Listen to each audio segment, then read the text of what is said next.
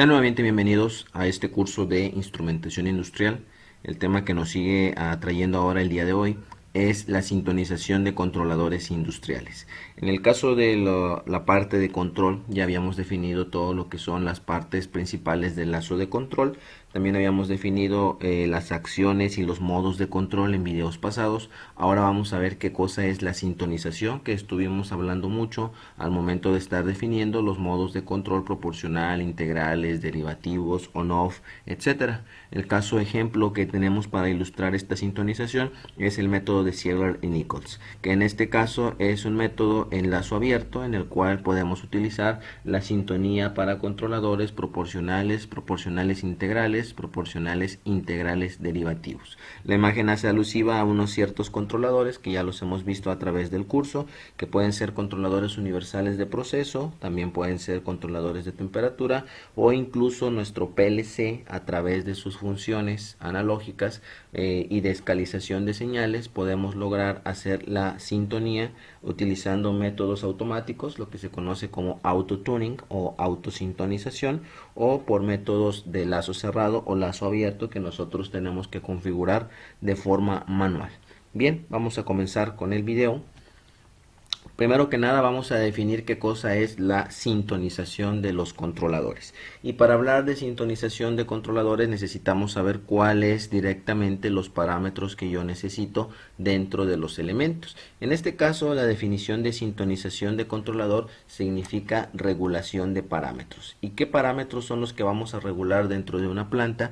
Bueno, en este caso lo que vamos a hacer es encontrar los valores o puntos óptimos a los cuales a través de aplicar un modo de control, ese es el proceso de regulación, nosotros vamos a poder darle sentido o darle unos parámetros a mi planta para que se comporte de la forma en la que yo quiero que esté trabajando, para alcanzar en este caso mi punto que viene siendo el punto óptimo del proceso, también conocido como set point. En este caso, la aplicación de diferentes técnicas de control, aquí vamos a ver una de las más básicas, sin embargo existen técnicas de control más avanzada que vienen, por ejemplo, para el control en cascada, control antialimentario, el control Smith y todos esos elementos, pues ya se verán en cursos superiores. Para este caso vamos a utilizar lo que es la parte de un control robusto, en este caso para darle algo muy importante al proceso. ¿Y cuál es eso? La estabilidad de las variables. Anteriormente ya hemos visto que en el lazo cerrado, dependiendo de las características del proceso, puede considerarse inestable y en este caso va a estar oscilando, y lo que queremos es que sea lo más parejo posible, o sea, lo más lineal posible, para que éste pueda responder frente a los cambios bruscos que pueda tener nuestra variable de proceso y no se vea afectado tanto lo que es el set point. En este caso, algo de lo que más se busca aquí al sintonizar o ajustar es evitar las oscilaciones que tenga en este caso el sistema, y también lo que es el llamado offset, que también ocurre dentro del proceso que tenemos de igualar la PB con la SP, que en este caso es el error, ¿verdad?, que nosotros vamos a definir que exista entre el set point y la variable de proceso. Entonces se trata de reducirlo a su mínima expresión con respecto de valores que tengan que ver al tiempo.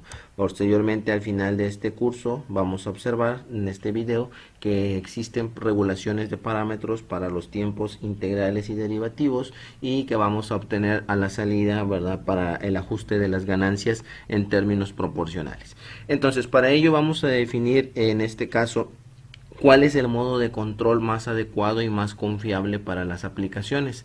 Si bien no siempre la técnica del PID, porque tenga todos los elementos proporcionales, integrales y derivativos, sea la más estable o sea el más confiable, hay muchos de los procesos que nosotros tenemos que pueden ser simple y sencillamente regulados con un control PI. Pero en este caso vamos a ver, vamos a darnos a la tarea a ver aquí dentro del área de instrumentación que el PID también es uno de los más fuertemente utilizados a nivel industrial.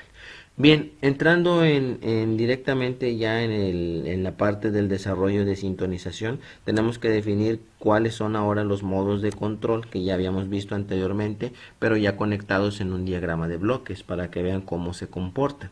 El primero es el control PID en paralelo. Recuerden que PID, ya lo habíamos definido anteriormente, es el acrónimo de proporcional, integral y derivativo. Y en este caso tiene caracterizado toda la función temporal que nosotros tenemos a través del elemento ligadas con una señal de control UDT, en este caso referentes a la fórmula. Como pueden observar, el decir que está conectado en paralelo, ahorita vamos a observar a través de un diagrama de bloques cómo es que llegamos a esa conjunción.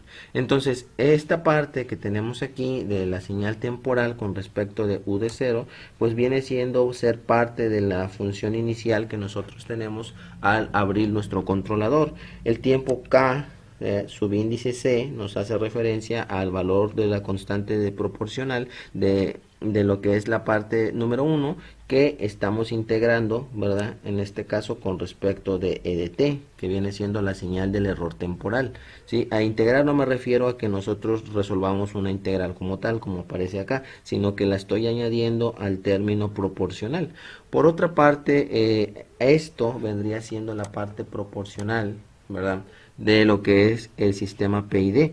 Por otra parte acá, donde tenemos la parte de esta integral, ya lo que observamos a ver es que ahora en la parte inicial, fuera, ya tenemos el valor de la constante de proporcionalidad, ¿verdad? Que esos son ajustes de ganancias divididos sobre el inverso del tiempo, en este caso el tiempo 1, y este tiempo nos va a permitir a nosotros poder definir cuántos segundos o cuántos elementos vamos a tratar para poder sintonizar esta parte integral. Entonces, ¿qué es lo que hacemos? Sacamos la integral del error con respecto de delta tau, que ahora es el valor que nosotros estamos trabajando. Entonces, toda esta parte que tenemos aquí nos hace referencia a la determinación del tiempo integral. Y posteriormente a eso lo vamos a sumar con respecto de nuevamente a través de la constante de proporcionalidad que nosotros teníamos y lo vamos a ver ejemplificado en KDC.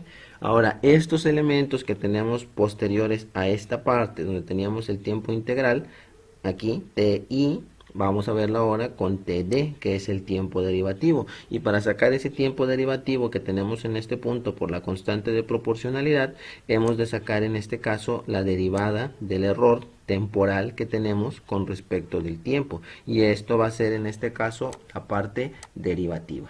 Es así como funciona la ecuación, ¿verdad?, que tenemos para determinar el PID en función del paralelo. Y esto ahora vamos a ver cuáles son las ventajas y las desventajas de utilizarlo dentro de un mismo sistema. Bien, para el caso de la función de transferencia, una vez que ya se realizaron todos los ajustes a la fórmula principal, la podemos observar a través de este elemento. Obsérvese que en este caso el valor de K de C, ¿verdad?, el valor de KC que teníamos al principio en esta parte, dividido sobre el tiempo integral, y el valor de K de C, que es la constante de proporcionalidad, multiplicada por lo que es la parte del tiempo derivativo, vienen a conectarse de forma paralela. Es decir, si existe algún problema de regulación a través del sistema que nosotros tengamos que hacer algún ajuste directamente, pues cada uno de estos va a contribuir de forma independiente. Es decir, la señal del error que yo tenga en este punto o la desviación del offset del sistema se va a desviar a través de lo que es la parte proporcional, integral y derivativa. Y de esa forma vamos a considerarlas nuevamente cada una de las señales de salida que ya han sido transformadas a un elemento que es un comparador. Este comparador de procesos con su realimentación obtendremos la salida que estamos buscando, que es la UDT. De esa manera nosotros podemos hacer las conclusiones que ese modo de sistema nosotros lo vamos a tener a través de esta función de transferencia. En esta función de transferencia tenemos como común a la ganancia, a la constante de ganancia proporcionalidad, y acá tenemos para la parte proporcional, para la parte integral y para la parte derivativa, tal y como lo observamos en este lazo. Entonces, en este tipo de control se le conoce como PID ideal, ¿verdad? Debido a que este debería ser la solución que nosotros tengamos para cada uno de los componentes. Sin embargo, esta función de transferencia, ¿verdad? Que también es denominada no causal, viene a que no puede ser construido, o sea, idealmente, así como lo tenemos en la parte real, o sea, en la vida real. Entonces, este modo de control es teórico y es físicamente irrealizable, ¿verdad? Porque en este caso, tanto para las conjunciones de los polos y de los ceros que se tendrían en este sistema, pues no podríamos realizar los ajustes, ¿verdad? Directamente en campo. No porque no podamos o no tengamos la capacidad de programarlo o de ajustarlo, sino porque este es el modo ideal en el cual nosotros a través de este diagrama de bloques podemos definir cómo se comportaría un controlador PID con respecto de una señal de entrada de error y cómo la señal de control vamos a tener para sacar en este caso los parámetros proporcionales, integrales y derivativos para la salida. Entonces esa vendría siendo la idea de cómo es que tiene que trabajar en este caso el controlador PID. Sin embargo, para la parte ya física, la parte real que exista, pues tenemos varios inconvenientes y en esos inconvenientes tienen que ver las oscilaciones o las fluctuaciones que tenemos a través de la variable, porque normalmente cuando falla algún elemento o falla algún equipo, pues si nosotros ya tenemos este set point, pues va a haber pequeñas variaciones antes de que este vuelva a alcanzar nuevamente su estado nuevamente de reposo. Entonces todas estas cuestiones aquí se consideran un error constante. Entonces prácticamente pues los errores no son constantes, siempre existen diferentes cambios en el sistema. Entonces es por eso que se trata de una forma de idealizar el sistema de control.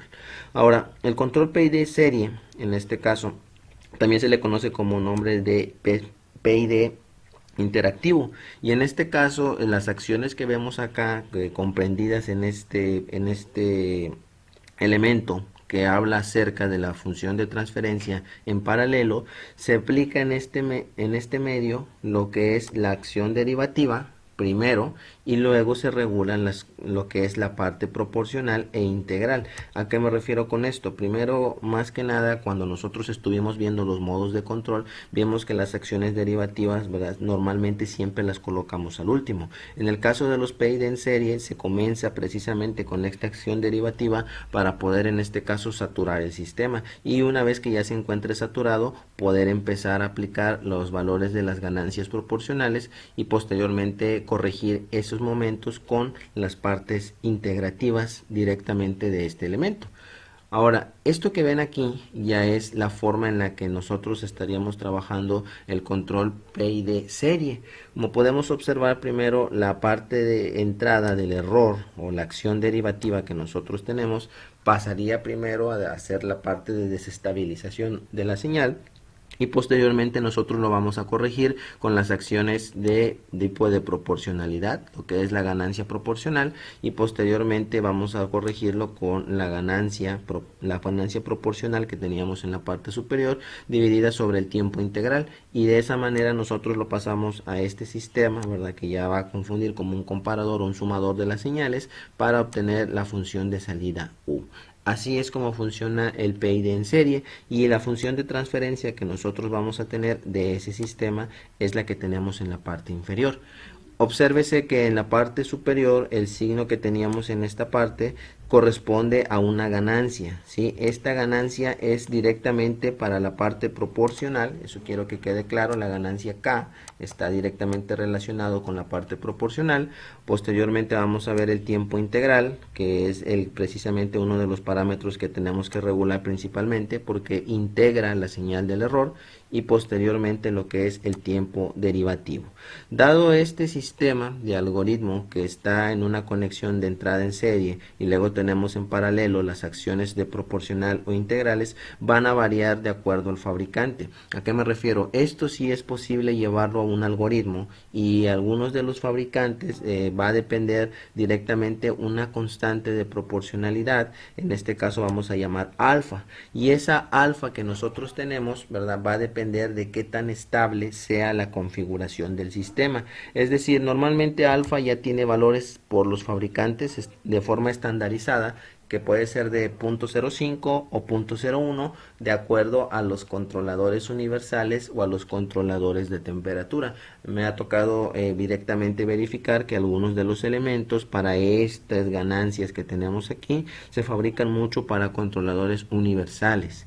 En este caso, este algoritmo que tenemos aquí pues es lo más real posible que nosotros podemos utilizar en los controladores, a diferencia de este que es una implementación ideal del control PID. Este ya es más factible realizarlo de acuerdo a las consideraciones previas que nosotros tengamos en la planta y es más fácil su modelamiento. La sintonización manual de controladores, debemos en este caso de verificar los parámetros que voy a sintonizar. En este caso, como les había mencionado, hay dos tipos de sintonización, la sintonización manual y la sintonización automática. Sin embargo, vamos a empezar primero por la forma manual y luego nos vamos a la forma automática.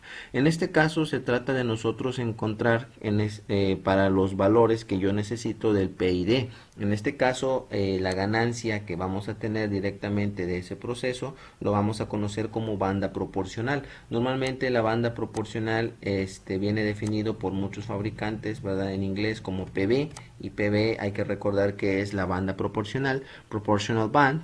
Para la parte integral, nosotros lo vamos a definir con acciones respecto del tiempo, ¿verdad? Lo habíamos definido anteriormente con las integrales que vieron en la función de transferencia. A ese lo vamos a conocer con el nombre de reset. Y por último, la parte derivativa la vamos a establecer también con respecto de tiempo, al igual que la parte integral con tau, a través de la función rate.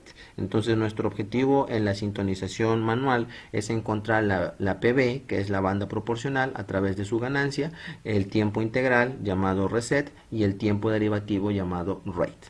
Entonces, una vez que ya tenemos definido que esos son los objetivos que necesitamos obtener de los controladores, ahora lo que necesitamos es precisamente saber que existen dos métodos principales para poder atacar o para poder comprender las características de estos controladores.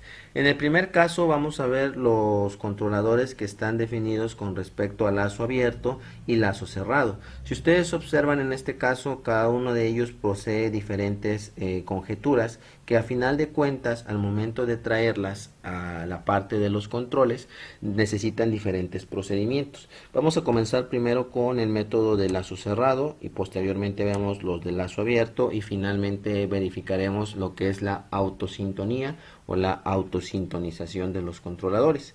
Ahora, la información característica del lazo, ¿sí?, se va a obtener a través de un test.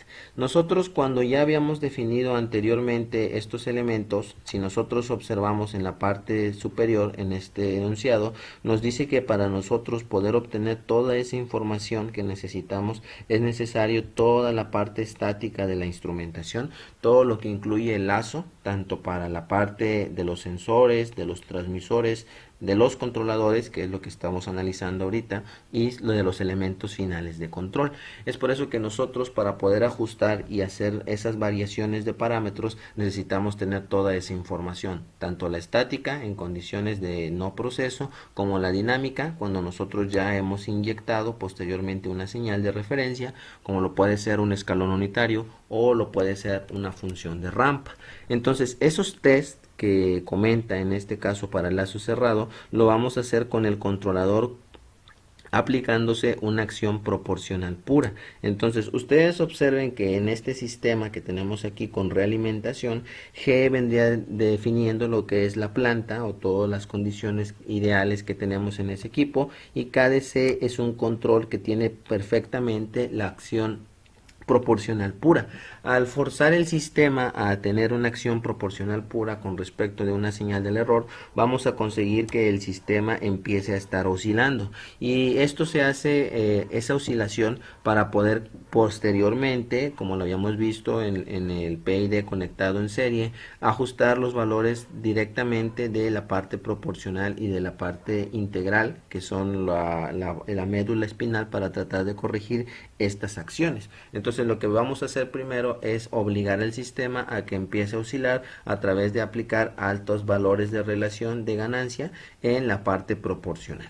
Ese es los métodos de lazo cerrado. Ahora vamos a definir cuáles son las características de estos métodos en base a las cuestiones que tienen que ver con algunos de los autores que han precisamente trabajado sobre estos elementos para la sintonización en lazo cerrado.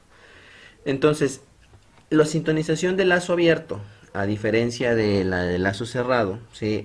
Trabaja con lo que nosotros vemos es la parte dinámica y estática de la planta. Es decir, hace más referencia a la parte que son el elemento final de control, más el proceso que nosotros estemos trabajando de regulación y por último las señales del transmisor.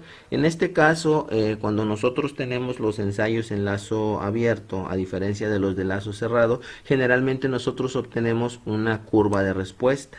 Esta curva de respuesta nos va a servir mucho para poder hacer la sintonización cuando nosotros metemos una función de escalón unitario. Obsérvese que en el método de lazo abierto que tenemos en esta parte, tenemos una entrada con respecto de la planta que viene siendo G. Esta es la parte general de la respuesta para la parte integral, derivativa y proporcional. Y por último podemos observar que esta curva de respuesta es la que tenemos acá. Normalmente esto nos sirve cuando el sistema se comporta de esta forma. Sin embargo, hemos de observar que existen sistemas que son un poco más inestables que estos y generan acciones, en este caso acciones puramente integrales que se ven así, normalmente reflexionadas con una curva en una inflexión inversa, y esto hace referencia a que los polos y los ceros pues se encuentran fuera de sus parámetros y fuera de sus puntos. Entonces normalmente eso ya utilizan otros métodos de sintonización porque pueden tener mucho retardo, ¿sí? Al momento de realizar los ajustes pueden realizar mucho retardo y cualquiera de estos métodos no se ajusta, ya tendríamos que utilizar otro tipo de metodología. Ahora, si la respuesta que tenemos en lazo abierto es a esta curva, nosotros podemos utilizarlo esto siempre y cuando nuestro sistema vaya a comportarse de una forma estable. Ahora, un procedimiento de sintonización cuantitativa, que es precisamente aquel donde vamos a emplear el uso de algunas de las técnicas, son las metodologías que nosotros utilizamos para controlar un PID. Normalmente ya se ha trabajado en esto desde hace muchos años, inclusive cuando ya se tenía instrumentación neumática para hacer el control PID. Posteriormente, con la llegada de la electrónica, de los amplificadores operacionales y la teoría de control moderna, ya se han podido definir algunos métodos y se han ido poco a poco algunos desapareciendo y otros tomando más fuerza en otros trabajos. En este caso, la sintonización cuantitativa pues comenzó cuando hubo una publicación en 1942 de un artículo con los ingenieros Siegel y Nichols. Estas dos personas en este caso escribieron lo que es esta obra que tenemos aquí señalada como una los controladores automáticos para la colocación del punto óptimo. A estas personas se les encargó hacer un método de sintonización que no requiriera tanta matemática, por así decirlo, porque los operadores que estaban trabajando en la planta, pues muchos de ellos no tenían la formación de ingeniería de control, no conocían qué es una ecuación diferencial y mucho menos una función de transferencia. Entonces, para poder sintonizar la planta de una manera más rápido, sin ser profesional o ser estudiante de ingeniería de control, bueno, ellos publicaron ese artículo en 1942, el cual hasta la fecha todavía sigue siendo uno de los artículos que siguen siendo vigentes, que precisamente llevan un método, el método de Siegler y Nichols, que en este caso lo que vamos a hacer es analizarlo tanto para método en lazo cerrado como para método en lazo abierto, y esto es lo que nosotros comenzamos como sintonización de controladores. Bien, vamos a ver el método de Siegler y Nichols, en este caso para lazo cerrado, porque hay dos tipos de métodos, en lazo abierto y en lazo cerrado. Vamos a ver los dos, pero vamos a ver un ejemplo práctico en lazo cerrado con la curva de respuesta. Bien, en este caso, para poder aplicar este método de lazo cerrado, lo que tenemos que hacer en este caso es generar una perturbación en el sistema, o sea, aplicar lo que es un pulso, pudiese considerarse, o un escalón unitario, donde primeramente lo que vamos a checar es cómo se comporta el controlador proporcional, tal y como lo vimos al inicio. Obsérvese que al inicio nosotros habíamos definido que los métodos en lazo cerrado comienzan con la parte proporcional para poder generar una desestabilización del sistema.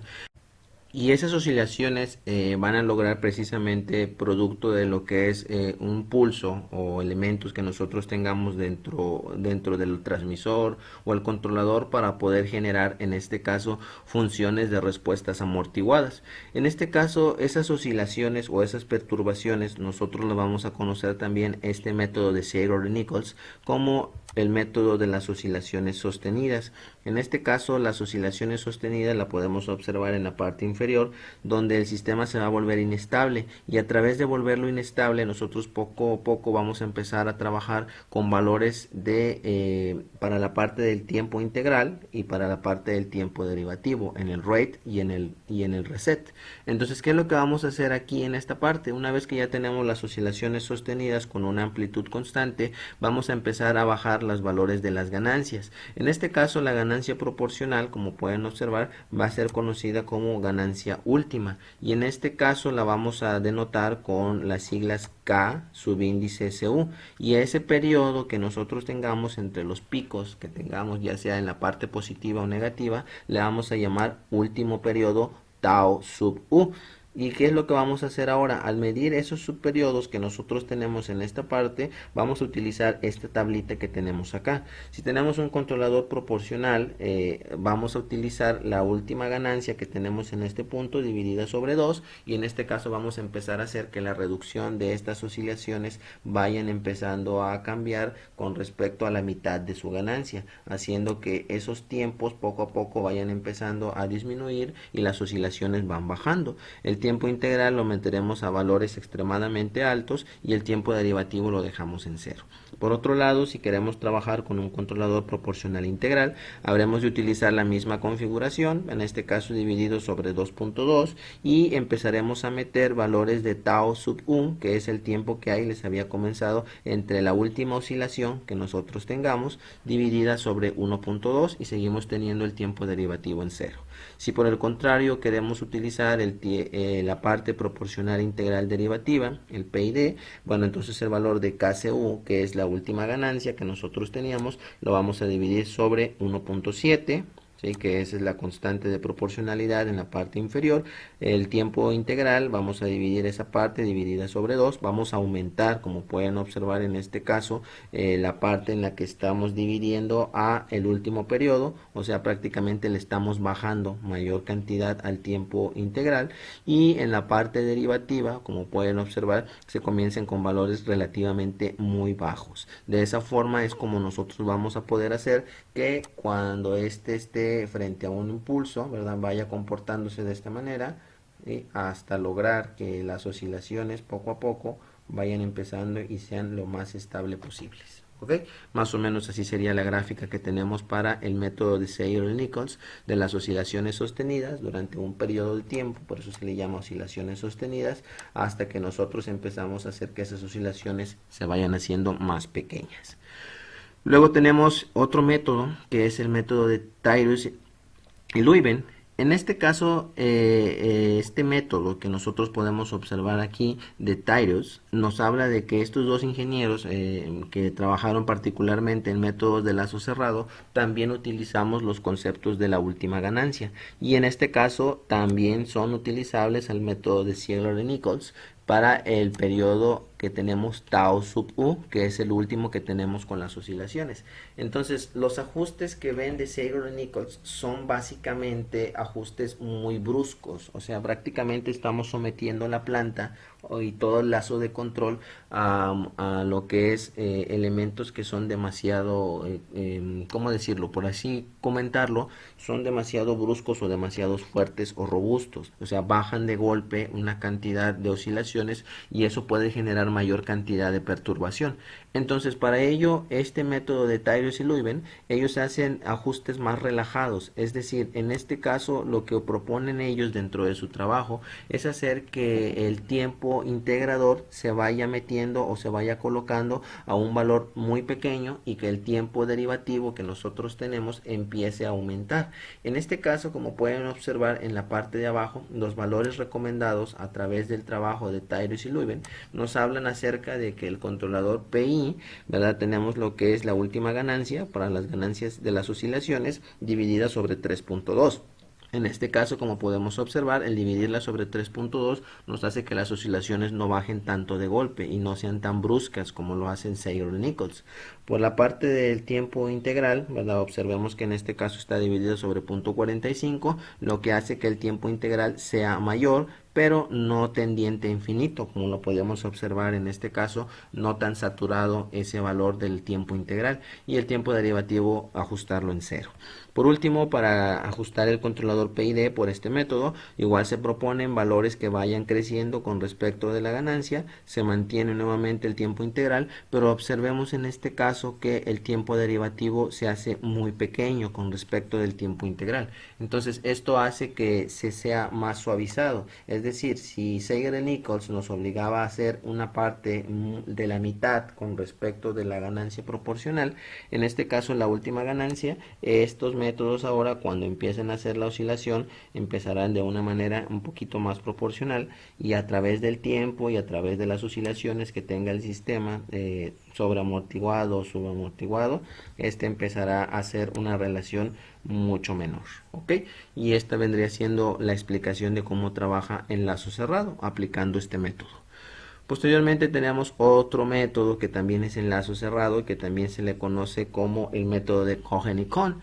Este método también implica mucho a los teoremas de Tyros y Leuven, porque fueron primeros que este, y en este caso se cuenta con parámetros de un alto grado de regulación de la planta y están relacionados con la letra R. En la letra R nosotros vamos a considerar L dividida sobre tau, que es la constante de proporcionalidad. Observemos que el método de Cohen y Cohn habla para controladores proporcionales, proporcionales integrales, proporcionales derivativos, y este que nos interesa, que es el proporcional integral derivativo. Entonces, para poder hacer los ajustes a estos elementos, tenemos que considerar los parámetros que tenemos de L, que nos hace referencia a la parte del sistema donde se está estabilizando, y tau, donde tenemos la constante de tiempo. Entonces, como ustedes pueden observar, al momento de aplicar esta relación que tenemos aquí de autorregulación, lo mismo lo hacemos para la ganancia proporcional, también lo tenemos para la ganancia, el valor del tiempo integral. Acuérdense que la ganancia va a ser proporcional para todos los elementos, y por último para el tiempo derivativo. Lo que observemos también en este método es precisamente que al aplicarlo, ¿sí?, sigue siendo muy parecido al anterior. O sea, los valores que tenemos para el tiempo integral son mucho mayores que los que tenemos para el tiempo derivativo, para hacer que el sistema no se vuelva inestable. Recuerden que en este caso el valor de la integral integra el error, y en la parte derivativa se adelanta a corregir ese error adelante del tiempo. Entonces los valores son muy pequeños.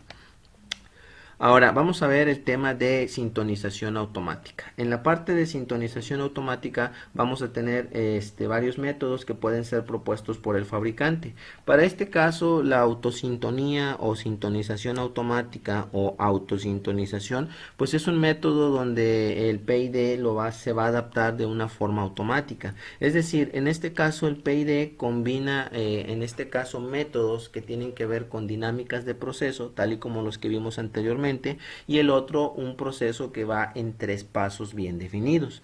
El primero es la generación de perturbaciones en el proceso, tal y como lo mencionaban, ¿verdad? Recuerden que en este caso le metían un alto de nivel de ganancia proporcional, y en este caso se generaba la oscilación o la perturbación del proceso. Posteriormente, una vez que se evalúa la respuesta de esa perturbación que ya se generó de forma automática, se hace el cálculo de los parámetros del controlador. Esto lo vamos a ver del lado derecho. En el lado derecho tenemos lo que son los parámetros del controlador que ya vienen establecidos en el algoritmo. Tenemos nuestro controlador de proceso, y luego tenemos el proceso, que es el que nosotros vamos a empezar a hacer las oscilaciones. Entonces, una vez que generamos esas perturbaciones en el proceso, parte de la señal de salida que nosotros tenemos del controlador va hacia una variable planificada. Esa variable planificada básicamente se trata de un elemento dentro del microcontrolador que va generando o va guardando datos, que en este caso van a ser los necesarios para yo utilizar una tabla. Esa tablita, que es como las que nosotros vimos anteriormente, me da un autoajuste de lo que es el controlador, y vuelve a ser inyectada nuevamente la señal al controlador para ver cómo se comporta frente a esas perturbaciones. Ahora, parte de la señal de salida de esa planta o del proceso vuelve a regresar al controlador para saber si estamos haciendo en este caso la regulación correcta o la regulación automática del sistema. Así es como funciona la autosintonización. Hay diferentes algoritmos, diferentes técnicas, pero básicamente es la forma en la que se autorregulan esos elementos. Ahora, en este caso, cuando se sintoniza manualmente, hay que considerar que debe ser perturbado de acuerdo a las dinámicas del proceso. Es decir, una vez que ya logramos la autosintonía, es nuestro deber específicamente generar una perturbación nueva o un error a la entrada del proceso para saber si este ajuste que nosotros tenemos es el adecuado frente a todas esas perturbaciones que puedan existir en el proceso.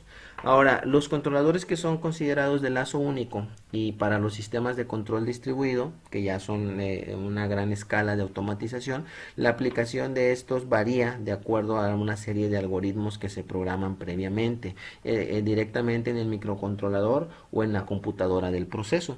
Pues por eso que nosotros tenemos diferentes configuraciones en cada uno de ellos. Normalmente estos métodos van abriendo y cerrando, o sea, trabajan con entradas on-off para poder generar esas perturbaciones, lo que sería el equivalente a un sistema en el cual no estamos perturbando a través de una señal de escalón unitario.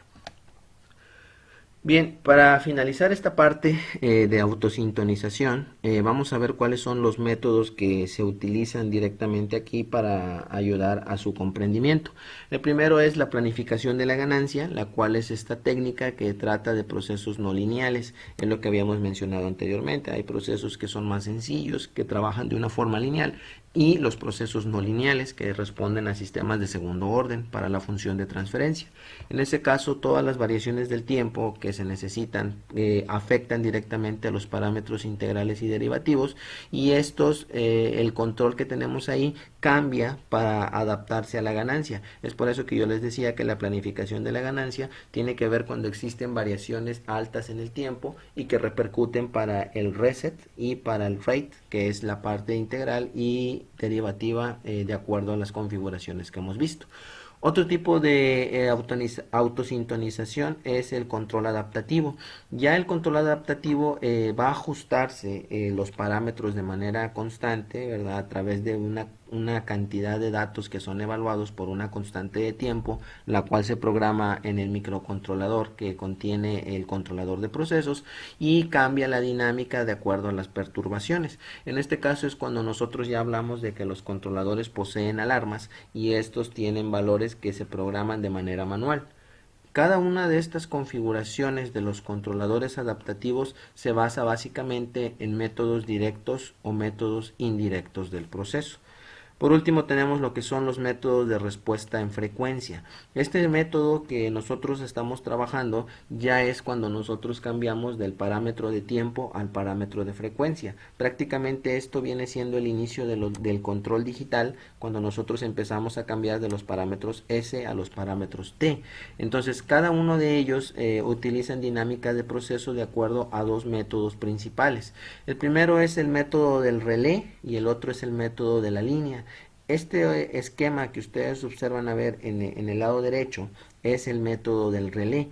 El método del relé consiste en una señal realimentada donde nosotros tenemos un proceso, ¿verdad? El proceso puede ser nuestra planta, tenemos una señal de entrada U y una salida y en este caso le estamos aplicando parte de la señal de salida, la estamos nuevamente poniendo a un sumador de señales donde nosotros vamos a tener una señal de referencia que es la que nosotros nos va a servir con respecto del tiempo, y a través del cambio del tiempo, recuerden que en este caso el tiempo, como nosotros lo habíamos dicho, es el inverso, ¿verdad?, de la frecuencia y de forma viceversa, ¿verdad? En este caso la frecuencia es el inverso del tiempo. Nosotros vamos a ajustar esos valores de tal forma que esto lo vamos a constituir, ¿verdad?, a través de un elemento en el cual nosotros vamos a considerar o vamos a tomar ese inverso. ¿Dónde vamos a colocar esta parte inversa con respecto de la frecuencia? Bueno, esto lo vamos a colocar en la salida. Si ustedes observan el bloque que tenemos en la parte inferior de -1, nos estaría haciendo la función de cambiar el tiempo, ¿verdad?, con respecto de la frecuencia, y ya estaríamos obteniendo esta respuesta en frecuencia. Ahora, esa señal tiene que ser inyectada a dos puntos. Número 1, a lo que es el PID que nosotros habíamos establecido anteriormente, y posteriormente va al cambio de frecuencia. Como ya hemos cambiado el tiempo por frecuencia, ahora se producen flancos de subida y flancos de bajada, que son muy tradicionales utilizarlo en electrónica digital, ¿sí? La respuesta por flanco positivo o por flanco negativo. Ahora, el PID se va a combinar con estas respuestas que tenemos en la parte superior, ¿verdad? Que es donde ya hemos convertido el tiempo frecuencia, y va a utilizar dos contactos de salida. En este caso nos hace pensar mucho a un relevador, un contacto que va a estar normalmente cerrado, ¿sí? Y otro que va a estar normalmente abierto. Entonces, ¿qué es lo que va a hacer ahora el proceso? Conforme vaya estabilizándose o conforme vaya a haber un cambio muy fuerte dentro de los parámetros integrales o derivativos, este relé de forma automática se va a autoajustar para pasar de esta señal que tenemos en la parte superior, que hace referencia a los cambios de frecuencia, a pasar al PID normal, ¿sí? Que es el que nosotros habíamos tenido. Entonces, de esa forma es como se va a autorregular el método del relé. El método de línea es otro tipo de método que también se utiliza, donde nosotros estamos cambiando el tiempo por la frecuencia, y esta dinámica de procesos trabaja un poco diferente porque los elementos ya no tienen que elegir entre una dinámica de frecuencia y una dinámica tradicional, sino que todos los elementos son totalmente digitales.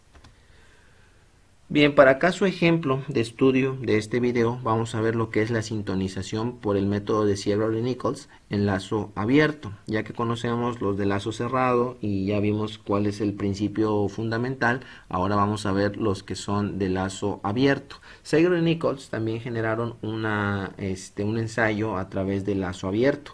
A diferencia del de las oscilaciones sostenidas, donde nosotros teníamos que forzar esos elementos a tener una inestabilidad en el sistema, el método de Siegerle-Nichols en lazo abierto, nosotros tenemos que colocar únicamente una función en la entrada que estimule al lazo de control.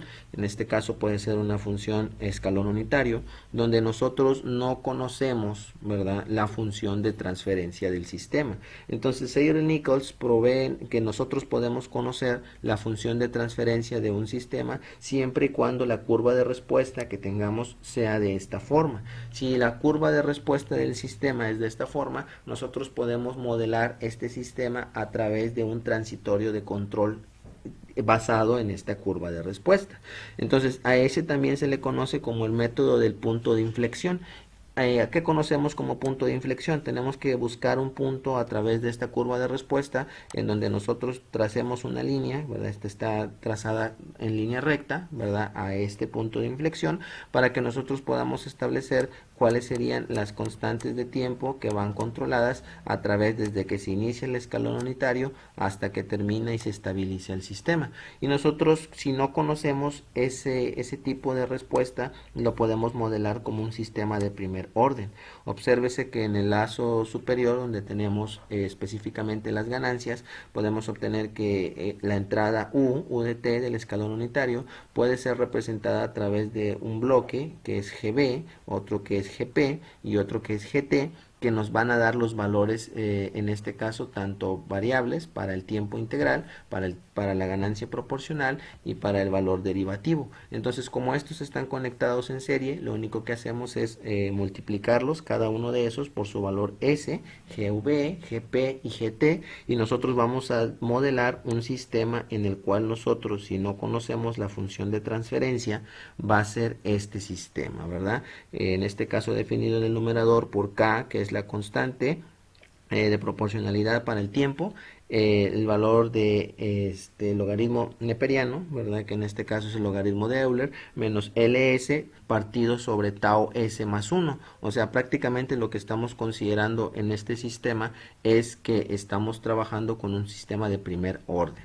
En este caso, la capacidad de este sistema de primer orden tiene que ver con manejar tiempos muertos directamente dentro del escalón. Hay que recordar que las configuraciones de cada uno de ellos van a permitir simplificar el control de la planta.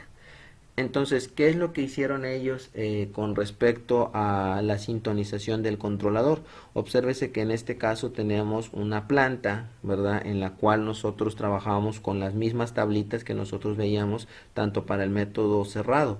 Obsérvese que tenemos las que son para control proporcional, proporcional integral y proporcional derivativo. Entonces, uno de los criterios para poder aplicar directamente o descartar la aplicación del método de Taylor-Nichols en lazo abierto es esto que tenemos acá. Si al sacar la relación que tenemos de L partida sobre tau, muy parecido al método de Cohen y Kohn, que ellos hablaban de R, si es menor a 1, ¿verdad? En este caso será posible aplicar este método. De lo contrario, si esto es un valor mayor a 1, quiere decir que el sistema se comporta de forma inestable, es decir, que presenta altas oscilaciones. Para este caso, si cumple con ese primer criterio, vamos a poder aplicar esta tablita donde tenemos directamente lo que es la variación de parámetro para la parte proporcional. Tenemos de tener muy en cuenta cuánto es el valor de tau. En este caso los valores de ti tienden a infinito porque son valores demasiado grandes y los valores del tiempo derivativo van en cero. Para el control PI, que este es uno de los que más se utilizan para esta sintonización de acuerdo a la curva de respuesta, es 0.9, en este caso dividido sobre K, que es un valor de las constantes que vamos a utilizar, multiplicado por tau sobre L, que es lo que nosotros habíamos visto para la relación de estos parámetros. En el caso del tiempo integral, lo mismo, utilizamos el parámetro L dividido sobre 0.3, dándonos valores de integración muy pequeños y el tiempo derivativo va a tender a 0. Por último, el PID que tenemos en esta parte, vamos a aumentar la cantidad de la ganancia, ¿verdad? Con respecto del proporcional integral a través de este elemento, ahora multiplicándolo por 1.2, y lo que vamos a hacer en esta parte del tiempo integral es hacerlo proporcional. ¿A qué me refiero con esto? Si ustedes observan, el valor de L está partido sobre 0.5, que en este caso si yo lo paso hacia arriba sería 2 veces el valor de L, y en este caso TD, que es el tiempo derivativo, está dividido sobre 2, que si yo lo paso hacia arriba sería 0.5, o sea, la mitad de lo que es el valor que tenemos con respecto de la entrada. Entonces, estos son inversamente proporcionales, si los quieren ver desde este punto de vista. Y eso hace que al ser inversamente proporcionales, una variación que yo tenga del tiempo integral va a verse reflejada en el tiempo derivativo, haciendo que el tiempo derivativo siempre sea menor al tiempo integral, lo cual es óptimo para hacer que esa señal derivativa que se adelanta con respecto del tiempo para corregir no se sature antes de que el tiempo integral la alcance. Bien, para ejemplificar este elemento o la aplicación del método de Taylor-Nichols, vamos a utilizarlo a través de los datos que necesitamos para realizar el siguiente problema de sintonización.